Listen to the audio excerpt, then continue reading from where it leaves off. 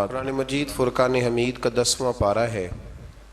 اللہ تبارک و تعالی نے اس کے شروع میں ارشاد فرمایا کہ کفار پر غلبے کی صورت میں حاصل شدہ جو مال غنیمت ہے اس کا حکم یہ ہے کہ اس کے 4 حصے مجاہدین میں تقسیم ہوں گے، اور جو 5واں حصہ ہے وہ اللہ اور اس کے رسول صلی اللہ تعالی علیہ وسلم کے لیے ہے، اور رسول اللہ صلی اللہ علیہ وسلم کے قرابت داروں میں، یتیموں میں، مسکینوں میں اور مسافروں کے لیے، اور یہ کہ اللہ کے رسول کی ثواب دید پہ ہوگا کہ حضور وہ 5ویں حصے میں سے کسی کو کیا عطا کرتے ہیں۔ میرے نبی کریم علیہ السلام نے کبھی بھی کسی شخص سے کسی چیز کا مطالبہ نہیں فرمایا، اور آپ نے سورہ شورا کی وہ آیت بڑی دفعہ سنی ہے کہ جب صحابہ نے عرض کیا تھا کہ یا رسول اللہ صلی اللہ علیہ وسلم کچھ پیش کرنا چاہتے ہیں، تو فرمایا لا اسألکم علیہ اجرا، میں تم سے کوئی اجر نہیں مانگتا الا المودۃ فی القربى، ہاں اگر کچھ کرنا ہے تو میرے قریبیوں سے پیار کرتے رہنا۔ لیکن اس پارے کے بالکل ابتدا میں اللہ نے ایک اصول وضع کیا ہے، ایک بات سمجھائی ہے ہمیں۔ وہ بات یہ سمجھائی ہے کہ مال غنیمت جب آئے گا، کفار کے علاقے، ان کے مال، ان کے باغات قبضے میں آئیں گے، تو 5واں حصہ حضور کی بارگاہ میں پیش کیا جائے گا۔ یہ جو کام ہوتا ہے نا دین کا، یہ ہمہ پہلو کام ہوتا ہے۔ اگر آپ کہیں کہ دین کا کام کرنے والا وقت نکال کے تجارت بھی کرے، کوئی نوکری بھی کرے، تو یہ ممکن نہیں ہوتا۔ نبی کریم صلی اللہ علیہ وسلم اعلان نبوت سے پہلے تجارت فرماتے تھے، لیکن بعد میں تو آپ کو وقت دینا پڑتا ہے نا ایک پورا۔ تو پھر صحابہ کیا کرتے تھے کہ مال غنیمت کا 5واں حصہ اللہ کے حکم کے مطابق حضور کی بارگاہ میں بطور نذرانہ پیش کرتے صلی اللہ تعالی علیہ وسلم۔ آج بھی کچھ لوگوں کو یہ دشواری بہت زیادہ ہوتی ہے، بہت زیادہ، کہ دیندار لوگ جو ہیں ان کی تنخواہیں کیوں ہیں، تراویح پڑھانے والے حافظ کی خدمت کیوں کی جا رہی ہے۔ مجھے پچھلے سال ایک دوست نے بتایا کہ ہم نے مسجد میں اعلان کیا ہے کہ قاری صاحب جو قرآن شریف سنا رہے ہیں تو ان کی خدمت کرنی ہے، تو سارے حضرات اس میں تعاون کریں۔ تو ایک صاحب کہنے لگے جی اب یہ قرآن سنا کے بھی پیسے لیں گے؟ تو آپ یہ اندازہ فرمائیں کہ قوم کا مزاج کس طرح کا ہے، یعنی قرآن سنانے والا پھر حضرت جبریل ہی ہو سکتے ہیں جو نہ روٹی کھائیں گے اور نہ کپڑے پہنیں گے، نہ ان کے بچے ہوں گے، یہی ہو سکتا ہے، پھر اس کے علاوہ تو کچھ ممکن ہے۔ ہاں تراویح کی اجرت طے کرنا منع ہے، لیکن یہ عجیب معمہ ہے نا کہ میں خود روٹی کھاؤں اور میں کہوں کہ وہ فلانا کیوں کھائے، تو یہ معاملہ درست نہیں ہے۔ تو اس میں اللہ نے ایک اصول بیان کر دیا کہ 5واں حصہ تم میرے محبوب کی بارگاہ میں نذرانے کے طور پر پیش کرو گے، پھر میرے محبوب کی مرضی ہے وہ رشتہ داروں پہ خرچ کریں، قریبیوں پہ خرچ کریں، یا حضور کا جہاں دل کرے حضور سے خرچ کریں۔ اللہ تعالیٰ توفیق عطا فرمائے۔ آیت نمبر 42 کے اندر بتایا کہ میدان بدر میں مسلمان مجاہدین کی زمینی پوزیشن کفار کے مقابلے میں بظاہر کمزور تھی، یعنی مسلمانوں کی زمین کا نرم ہونا، پانی کی قلت اور مال و اسباب کی قلت مسلمانوں کی کمزوری کی ظاہری علامت تھی، جس کی وجہ سے مسلمانوں کے دلوں میں خدشات پیدا ہو رہے تھے۔ اللہ تعالیٰ نے اپنی حکمت بیان کرتے ہوئے فرمایا کہ یہ اس لیے ہوا کہ اللہ تعالیٰ اپنے طے شدہ فیصلے نافذ کر دے۔ کئی دفعہ اللہ آزمائش میں اس لیے ڈالتا ہے کہ اللہ کچھ فیصلے کرنا چاہتا ہے، یعنی ظاہری کمزوری کے باوجود مسلمانوں کو غلبہ اور فتح مقدر کر دے، اور اللہ تعالیٰ جو فیصلہ فرماتا ہے پھر وہ نافذ ہو کے رہتا ہے۔ آیت نمبر 45 میں اس مضمون کو اس طرح بیان فرمایا کہ مسلمان اور کفار دونوں پر اللہ نے بدر کے دن نیند طاری کر دی۔ کفار مسلمانوں کو خواب میں کم تعداد میں دکھائے گئے تاکہ مسلمانوں کی ہمت بندی رہے۔ مسلمانوں نے خواب دیکھا تو انہیں خوابوں میں کافر تھوڑے نظر آئے تاکہ ان کی ہمت بندی رہے، اور اسی طریقے سے کفار نے بھی خواب دیکھا تو انہیں بھی مسلمان کم تعداد میں دکھائی دیے۔ یہ بھی اللہ کی مشیت کا تقاضا تھا کہ کہیں وہ میدان چھوڑ کے بھاگ ہی نہ جائیں۔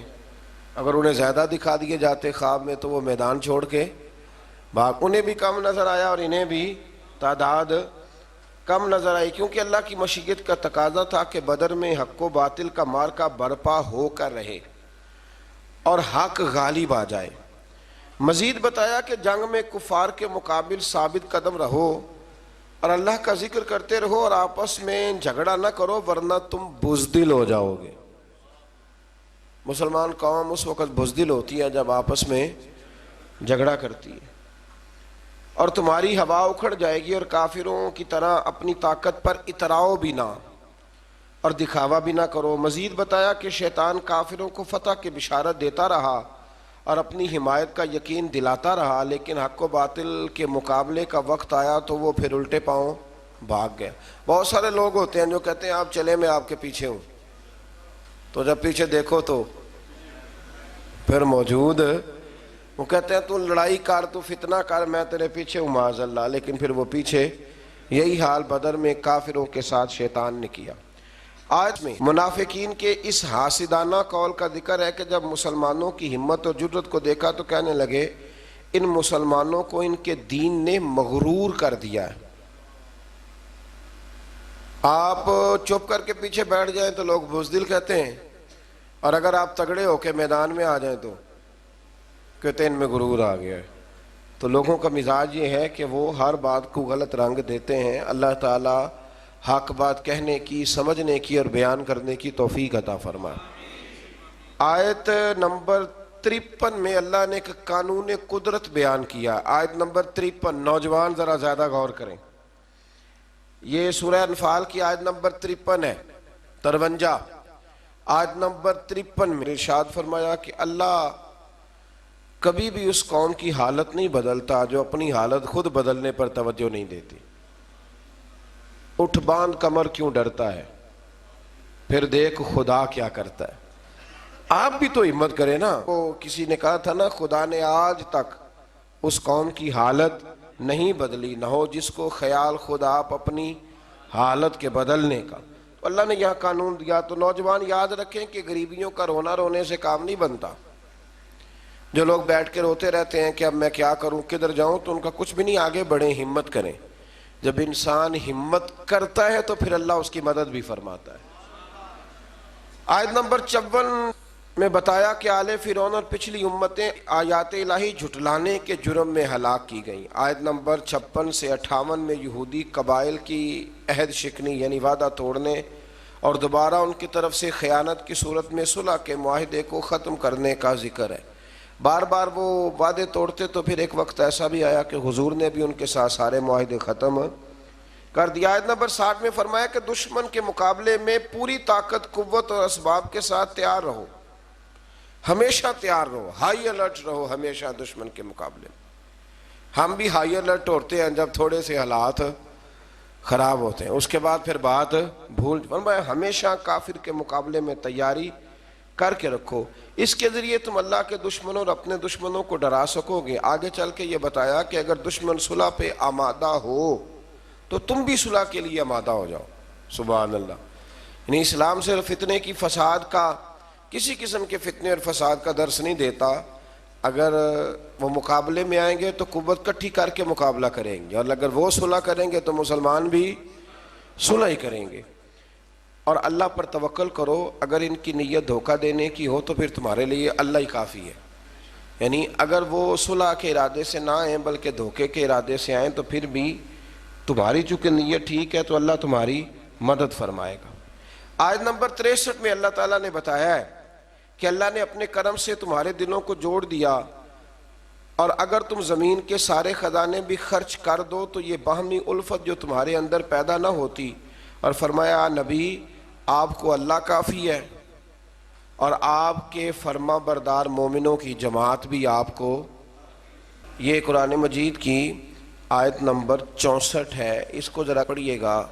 یہ لوگ جنہوں نے لکھا ہوتا ہے کہ صرف اللہ ہی کافی ہے، لکھا ہوتا ہے نا میرے لیے، یعنی ٹیوٹے میں بیٹھ کے سفر کر رہے ہیں، ہائیس میں بیٹھے ہوئے لکھا کہ اللہ ہی، بھئی اللہ ہی کافی ہے، لیکن اس کا مطلب یہ نہیں کہ باقی کسی اور کی، جن کو اللہ نے پیدا فرمایا، جنہیں اللہ نے قوتیں دیں۔ یہ آیت دیکھیے، ارشاد فرمایا یا ایھا النبی حسبک اللہ، اے نبی آپ کے لیے اللہ کافی ہے، اور ساتھ فوراً ہی آگے بیان فرمایا فوراً وَمَنِ اتَّبَعَكَ مِنَ الْمُؤْمِنِينَ، اور جو آپ کی اتباع کرنے والے مومن ہیں وہ بھی آپ کے لیے کافی، مومن بھی اور اللہ بھی تو جب اللہ نے ساتھ مومنوں کا ذکر فرمایا، اور یہ آیت نازل کب ہوئی؟ جب حضرت عمر فاروق نے کلمہ پڑھا، اس وقت یہ نازل ہوئی، کہا محبوب اللہ بھی کافی ہے، اور یہ تیرے غلاموں کی جو 40 کی تعداد بن گئی، اب انشاءاللہ ہر میدان میں کامیابیاں مسلمانوں کے حصے میں آئیں۔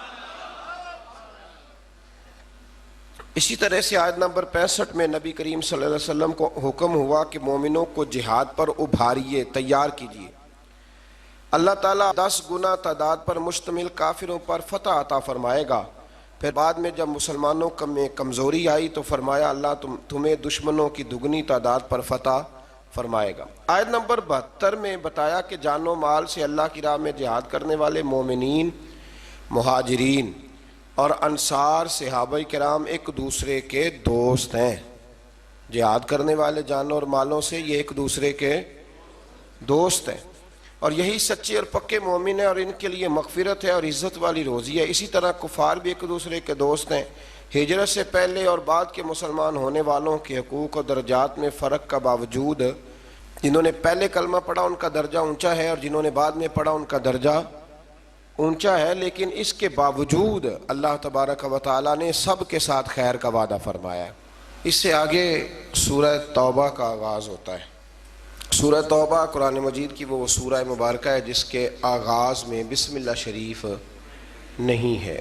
اس کی کئی وجوہات مفسرین کرام نے بیان فرمائی ہے۔ ایک وجہ تو یہ بیان کی گئی ہے کہ اس میں تسلسل ہے سورہ انفال کے مضامین کا، وہی مضامین چونکہ چلے آ رہے تھے اس لیے اس کے اندر اس کو بیان نہیں کیا گیا۔ اور ایک بات یہ ہے کہ اس کے شروع میں اللہ تعالیٰ نے کافر اور مشرک سے اپنی برات کا اعلان فرمایا، کیونکہ بات جلال کی ہو رہی تھی اس لیے بسم اللہ شریف کو شامل نہیں کیا گیا۔ اس صورت کی پہلی آیت میں مشرکین عرب سے برات کا اعلان کرتے ہوئے انہیں مسلمانوں سے فیصلہ کن جنگ کرنے یا اسلام قبول کرنے کے لیے 4 مہینوں کا ٹائم دیا گیا، فیصلہ کر لو ان 4 مہینوں میں۔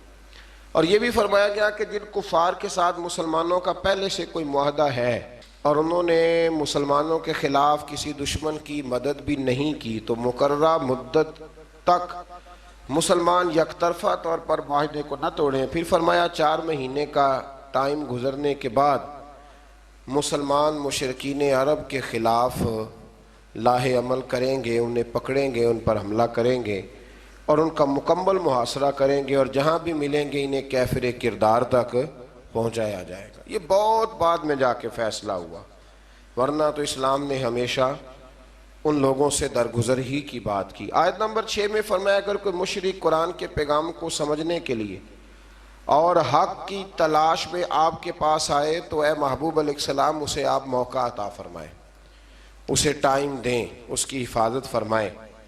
آیت نمبر 8 سے 10 تک میں بتایا گیا کہ کفار مسلمانوں کے ساتھ منافقانہ رویہ اختیار کرتے ہیں، اور ان کی اخلاقی حالت یہ ہے کہ وہ مسلمانوں پر خدا نخواستہ غالب آئیں تو اپنی قرابت داری کا بھی لحاظ نہ کریں گے، وہ نہیں لحاظ کریں گے۔ حالانکہ میرے نبی پاک علیہ السلام نے تو فرمایا جو حملہ نہ کرے ہم اس پر بھی حملہ نہیں کریں گے، تو فرمایا وہ نہیں اس بات کا خیال کریں گے۔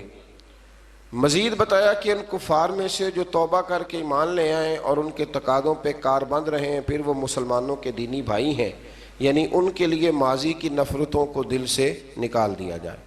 آیت نمبر 12 میں بتایا کہ جو کفار عہد کر کے وعدہ کر کے اپنی قسموں کو توڑ دیں تو پھر وہ کسی اور رعایت کے مستحق نہیں ہے، وہ پہلے بھی رسول اللہ صلی اللہ علیہ وسلم کے ساتھ اس طرح کے وعدہ خلافیاں کر چکے ہیں۔ آیت نمبر 16 میں بتایا کہ مسلمانوں پر آزمائشیں آئیں گی تاکہ سچے مومنوں کا کردار کھول کے سامنے آ جائے۔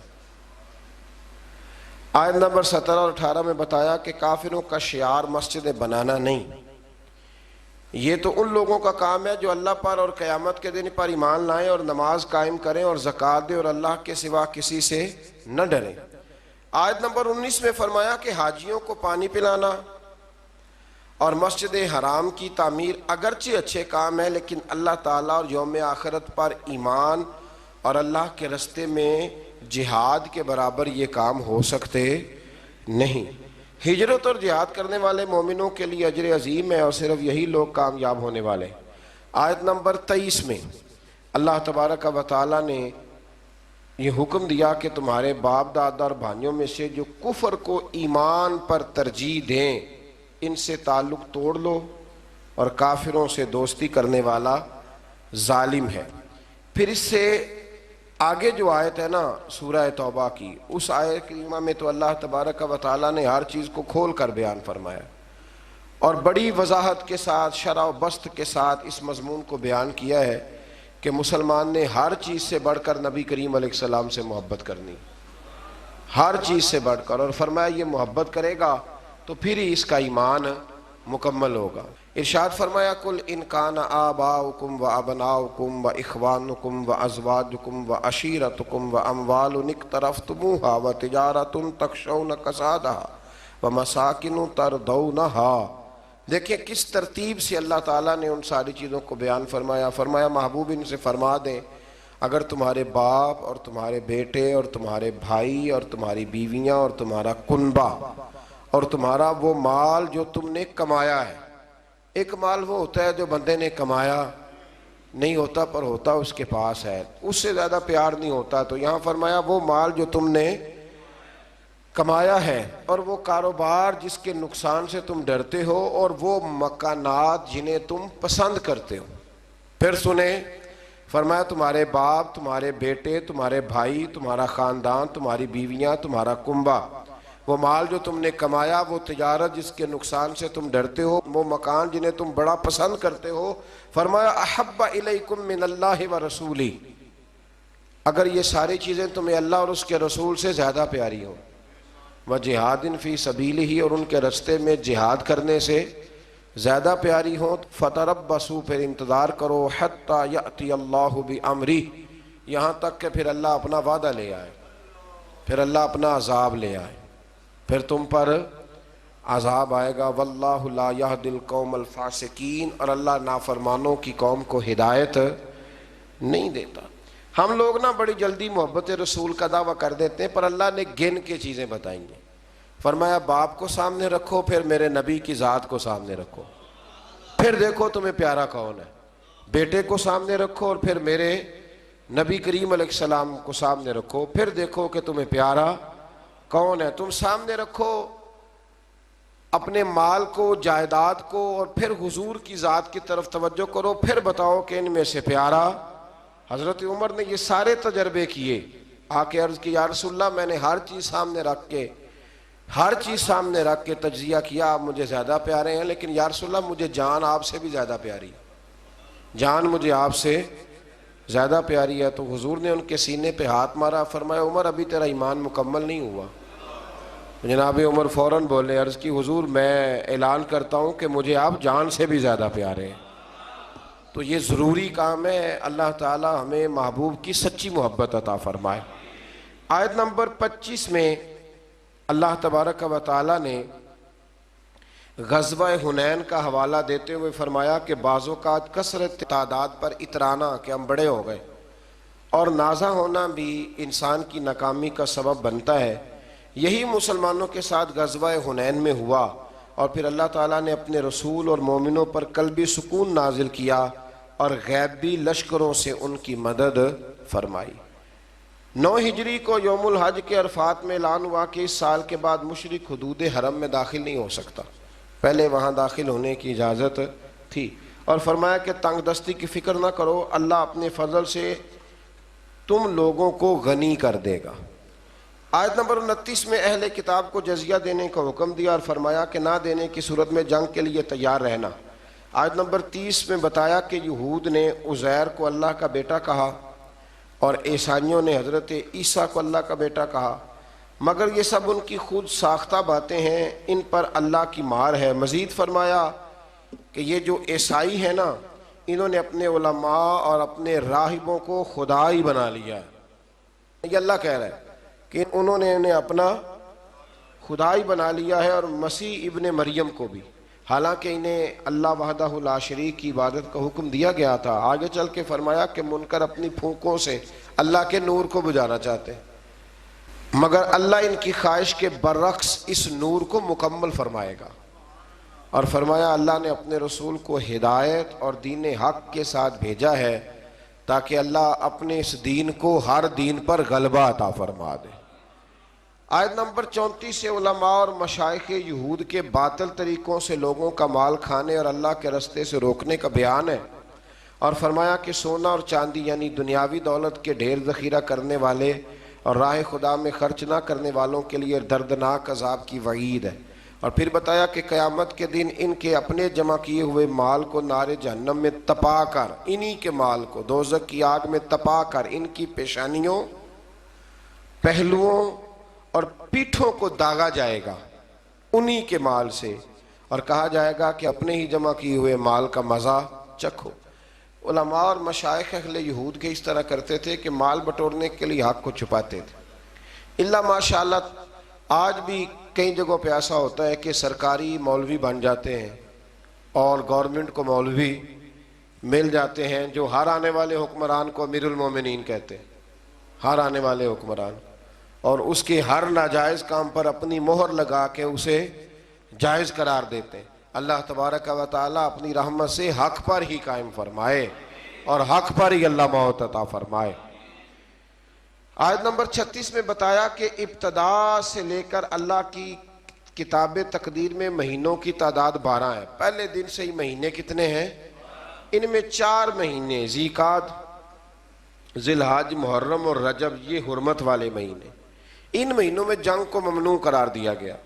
کفار جب ان مہینوں میں جنگ کرنا چاہتے تھے تو ان کی ترتیب میں رد و بدل کر دیتے تھے۔ اللہ تعالیٰ نے فرمایا کہ مہینوں کو مؤخر کرنا کفر میں زیادتی ہے۔ یہ 4 حرمت والے مہینے، معنی کیا ہے کہ ان میں جنگ نہیں کی جائے گی۔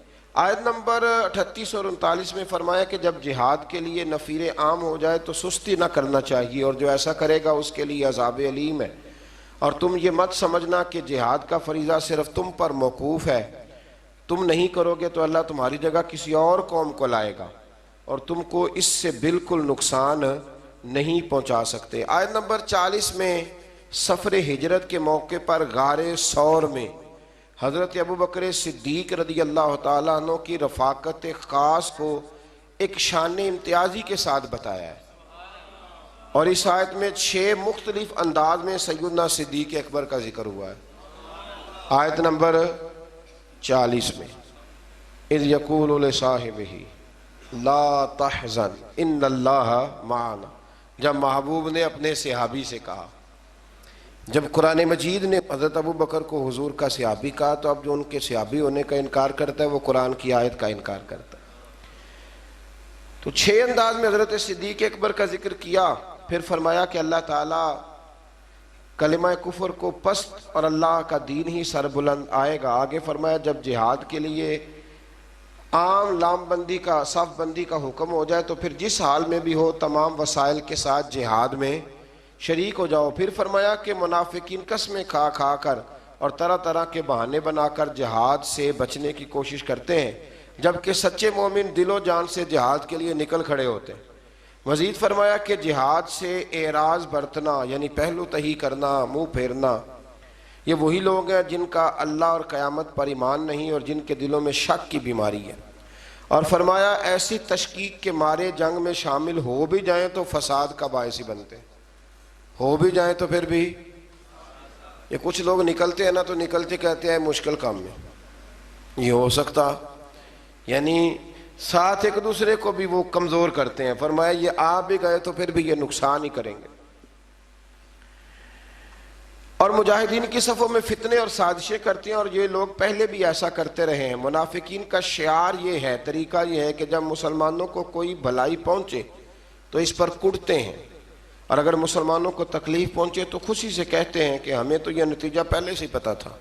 اللہ اکبر، اس لیے ہم نے احتیاط سے کام لیا، سوائے اس کے جو اللہ نے ہمارے لیے مقدر کر دی ہے، اور فتح ہو یا شہادت دونوں صورتوں میں ہم ہی کامیاب ہوں گے۔ منافقین کی ایک روش یہ بھی بتائی گئی کہ وہ نماز خوش دلی سے نہیں پڑھتے، منافق نماز خوش دلی سے بلکہ تنگ ہو کے نماز پڑھتے ہیں، اور فرمایا کہ مجبوراً وہ اللہ کے راستے میں خرچ کرتے ہیں۔ اللہ تعالیٰ نے فرمایا یہ منافقین اللہ کی قسمیں کھا کھا کے کہتے ہیں کہ وہ آپ میں سے ہی ہیں، حالانکہ وہ مسلمانوں میں سے نہیں ہیں، لیکن وہ جان و مال کے خوف کے باعث مسلمانوں کے ساتھ مل کر رہنا چاہتے ہیں۔ آیت نمبر 61 میں فرمایا کہ بعض منافقین اللہ کے نبی کو ایذا پہنچاتے ہیں، تکلیف دیتے ہیں اور کہتے ہیں کہ وہ کانوں کے کچے ہیں معاذ اللہ، جبکہ نبی پاک صلی اللہ علیہ وسلم کا تمام لوگوں کی بات سننا مومنین کے لیے باعث رحمت ہے۔ حضور صلی اللہ علیہ وسلم ہر ایک کی بات سنتے اور نبی پاک کا ہر ایک کی بات سننا مومنوں کے لیے باعث رحمت ہے، اور جو لوگ رسول اللہ صلی اللہ علیہ وسلم کو ایذا پہنچاتے ہیں ان کے لیے دردناک عذاب ہے۔